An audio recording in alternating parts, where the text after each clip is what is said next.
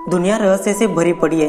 कुछ रहस्यों का इंसानों ने खुलासा किया है और कुछ रहस्य वैसे ही रह गए। आज का वीडियो काफी इंटरेस्टिंग होने वाला है क्योंकि मैं आपके लिए कुछ नए फैक्ट, नई जानकारी लेके आया हूँ। वीडियो शुरू करते हैं। अगर इंसानों को जानवर की कोई नई स्पीसीज मिलती है तो उसका स्टडी करने के लिए काफी टाइम लगता है। हमारे देश में राइनोसोरस काफी मात्रा में पाया जाता है। हम उसे इंडियन राइनोसोरस बोलते हैं। अफ्रीका में पाए जाने वाले राइनोसोरस को अफ्रीकन ब्लैक राइनोसोरस बोलते हैं और वियतनाम देश का वियतनामी राइनोसोरस। मतलब राइनोसोरस एक है लेकिन अलग अलग देश में पाया जाता है, इसलिए उसका बिहेवियर थोड़ा अलग होता है। नैप्सट्रैबर घोड़े की प्रजाति 16वीं सदी तक इंसानों के नज़र में थी, लेकिन उसे नैप्सट्रैबर ऐसा नाम नहीं दिया था। घोड़ा लोगों के आंखों के सामने था, लेकिन सब उसे अपनी मर्जी से पुकार रहे थे क्योंकि इस प्रजाति का विश्लेषण नहीं किया था। साल 1812 में इसे नैप्सट्रैबर ऐसा नाम दिया। साल 2002 तक अमेरिका में नैप्सट्रैबर नहीं था, लेकिन 2002 के बाद अमेरिका में इस घोड़े का प्रजनन करने के लिए शुरुआत की। पहली बार अमेरिका के टेक्सास इस राज्य में नैप्सट्रैबर पैदा हो गई और उसे अमेरिकन ब्यूटी ऐसा नाम दिया।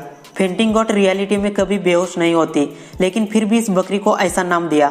Fainting got, steep leg got, wooden leg got, nervous got और टीनी स्मिथ गॉट, ये सब इस बकरी के नाम है। लेकिन फिर भी इस बकरी को फेंटिंग गॉट ऐसा नाम क्यों दिया? एक जेनेटिक कंडीशन की वजह से। इस कंडीशन को मियोटोनिया कॉन्गेनिटा ऐसा कहा जाता है। बकरी की पैर की मांसपेशियां 10 सेकंड के लिए काम करना बंद करती है और बकरी जमीन पर गिर जाती है। अमेरिका में हर साल अक्टूबर महीने में इन बकरियों को कुछ फेस्टिवल में लाया जाता है। अमेरिका के मार्शल काउंटी टेनेसी में त्योहार बकरियों से रिलेटेड होता है, लेकिन इसमें बाकी कुछ एक्टिविटी भी की जाती है जैसे कि म्यूजिक, डांस और चिल्ड्रन एक्टिविटी।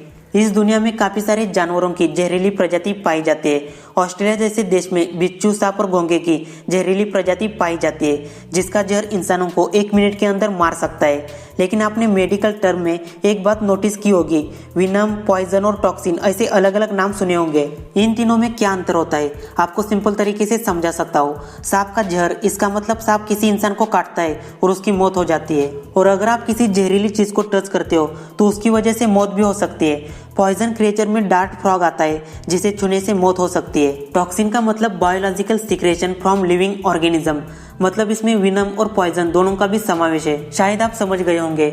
विनम मतलब कोई आपको काटता है जैसे कि सांप। पॉइजन मतलब आप किसी जहरीली चीज को टच करते हो। शुरू में प्लेन टेक्नोलॉजी इतनी एडवांस नहीं थी।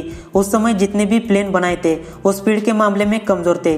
जितनी स्पीड की जरूरत है उतना स्पीड नहीं मिलता था। प्लेन टेक्नोलॉजी प्लेन का स्पीड कैसे बढ़ाया जाए इसके ऊपर काम कर रही थी। साउंड का स्पीड 1230 किलोमीटर प्रति घंटा होता है और प्लेन को भी उसी स्पीड से उड़ाने की तैयारी शुरू थी। 14 अक्टूबर 1947 को साउंड की स्पीड से प्लेन को उड़ाने में सफलता मिली। फिर भी एक दिक्कत थी, प्लेन को कंट्रोल में रखना काफी मुश्किल हो जाता था, मतलब प्लेन हवा में स्टेबल नहीं था। इस प्रॉब्लम के ऊपर जल्दी से सॉल्यूशन निकाला। जब प्लेन ऊंचाई से जमीन की तरफ आता है, खास करके फाइटर प्लेन, उसमें प्रॉब्लम नहीं आती थी।